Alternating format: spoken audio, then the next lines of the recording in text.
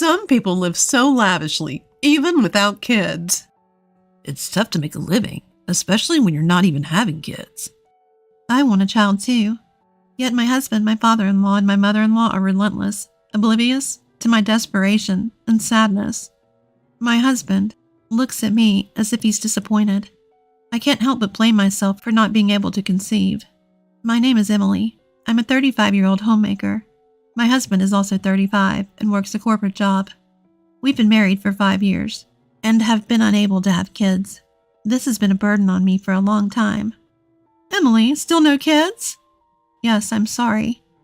It's getting late. While your father-in-law is still the head doctor, we need our grandkids to be doctors. We have our needs too.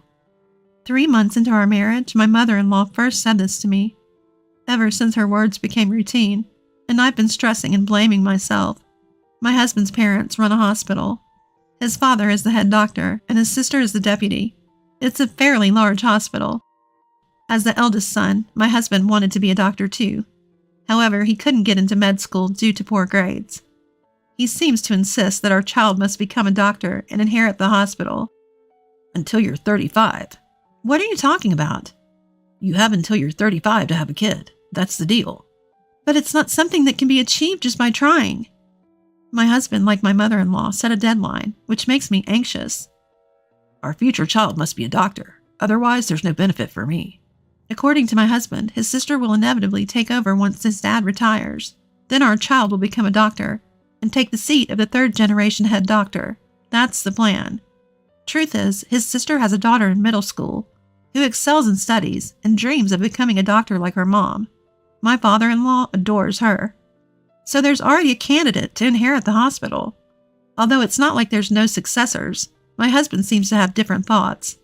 If this continues, his sister will become the second-generation head doctor, but he cannot stand the thought of letting her daughter inherit after that. And agreeing with him is my mother-in-law. She adores my husband and feels sorry that he couldn't become a doctor. That's why she keeps nagging me to have a child soon. He couldn't become a doctor due to his lack of aptitude. Holding on to that dream for their grandchild seems misguided. Amid these conflicting intentions, I ended up being suspected of infertility 2 years into our marriage and had to see a specialist. Since my father-in-law's hospital didn't offer the service, my sister-in-law introduced me to a friend who's a doctor. Upon returning from my first consultation, my mother-in-law immediately called. "What's the issue? Do you have some sort of defect?" I was stunned by her bluntness, but reminded myself that she's always straightforward and answered, "No, they didn't say it was a flaw, but stress could be a factor. They recommend taking it easy." Then, from the other side of the phone, I hear my father-in-law shouting, "Bring those test results here now." "So quit your job and laze around the house all day. What stress could you possibly have?" "I'm sorry." I had to listen to my mother-in-law's lectures for a while longer before hanging up. At that moment, I didn't realize I'd have to go through many more conversations like this. My struggle with not being able to conceive started affecting my husband too. He began finding faults in everything I did. "So you've been home all day, just watching TV?" "I've been doing chores." "Really? Then why is there so much dust everywhere?" He snapped, wiping surfaces to show me the dust. "All right, I might have missed a few spots. I'll be more careful." "What's your problem? I'm providing for you, aren't I?" My husband's irritation escalated quickly, and I usually chose to stay silent to avoid fights. Then he leaned in and said, "Just hurry up and have a baby," before storming off. Life at home was growing more and more strained. While facing the ongoing pressure to have children from my husband and mother-in-law, I started wondering if the problem might actually be with him. Not that I was suspicious, but if I'm healthy, it's reasonable to consider whether he might be the issue.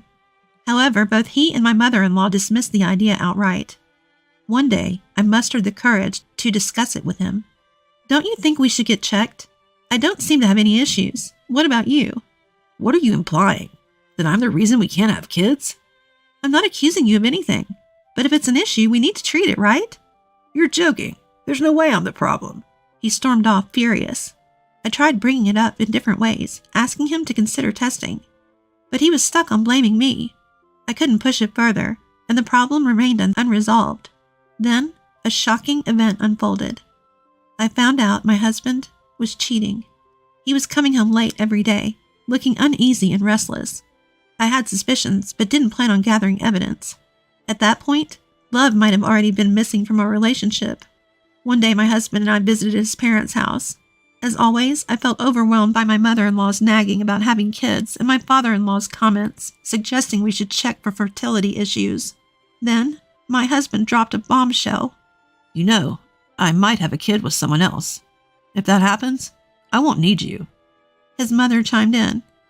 At this point, I don't care who has David's child. Anyone will do. They both laughed, uproariously. I felt my patience nearing its end. Time passed aimlessly as my husband continued his affairs with his mother's approval.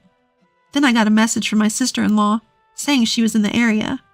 We met up at a local cafe, and she had surprising advice for me. Emily, why not go back to work? I'd love to, but you know they'd be against it.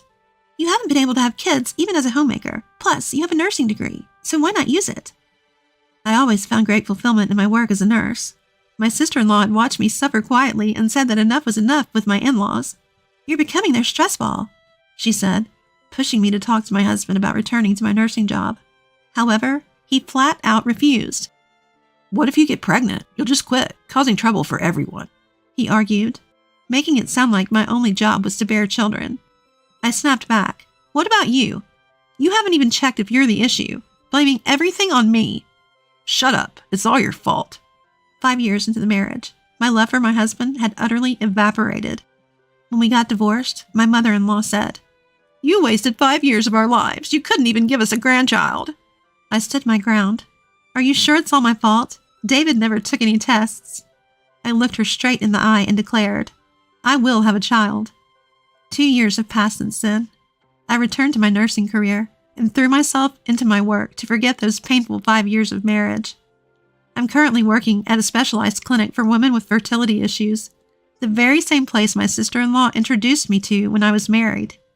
I currently work at a fertility clinic, the same one my sister-in-law introduced me to when I was struggling with fertility. Life had finally settled down, and I decided to catch up with my high school friends via email. I had a friend returning from overseas work in New York, so we all agreed to meet up. I wasn't exactly free to move around, but neither were my friends, so I took the lead in planning a get-together that wouldn't be a burden for anyone. Thanks to my supportive family, I managed to make it to the restaurant we agreed upon, despite the busy preparations. In a private room at the restaurant, we all had a great time catching up and reminiscing. After a while, I excused myself saying, I'll be right back, and left the room. The restaurant was bustling, filled with lively conversations. Among the chatter, it was easy to pick out a familiar voice. Long time no see, I said, approaching a table for 7. All eyes at the table turned toward me. Among them was a face that couldn't hide its surprise. What are you doing here? My ex-husband David looked at the twins I was holding, and his face turned to one of shock. His parents, sitting across from him, were equally shocked.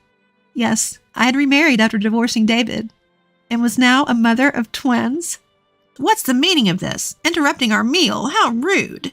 My former sister-in-law, sitting next to my former mother-in-law, continued eating as if nothing had happened. I told you during the divorce, didn't I? I wanted to show you my adorable babies. Did you now? Don't play dumb. I was bullied for being the wife who couldn't get pregnant by both David and you. That's a baseless accusation. Really? You said it was my fault. You said it was all my fault for not being able to have kids. Yet you never even got yourself tested. David averted his eyes and clenched his fists on the table. And you threatened to have a child with someone else. Your mother even said it didn't matter who gave birth, remember? As I said this, a few of my friends approached and said, David, long time no see. We've heard a lot from Emily. You've changed a lot since high school, haven't you? David and I were high school classmates, so the friends I was meeting today were also his classmates. The ones looking stunned were a modest-looking woman sitting next to my ex-husband, and people who seemed to be his parents. I'm sorry for interrupting. Were you announcing your marriage? If so, let me give you some advice as your senior in this household. My ex-husband and his mother looked shocked and tried to stop me. Ignoring them, I raised my voice and said to the woman, Can you have kids? If you don't have them soon, you'll be bullied by these two, you know? The woman looked instantly uneasy and exchanged glances with her parents. Then my former sister-in-law, who had been quietly eating, spoke up. If you're worried, you should back out. What she said is true. It's embarrassing, but that's how our family is. What are you talking about, sis? You're not after Emily's child, are you? You're after Dad's position as the hospital director, right? Let's talk about that later. Who says the director has to be a doctor? I'm stepping down, so go ahead. With that, she placed her napkin on the table and said, I've been invited by a friend who's a doctor. Why don't you come to our fertility clinic? Everyone was speechless at her words. Yes, my former sister-in-law had always supported me behind the scenes.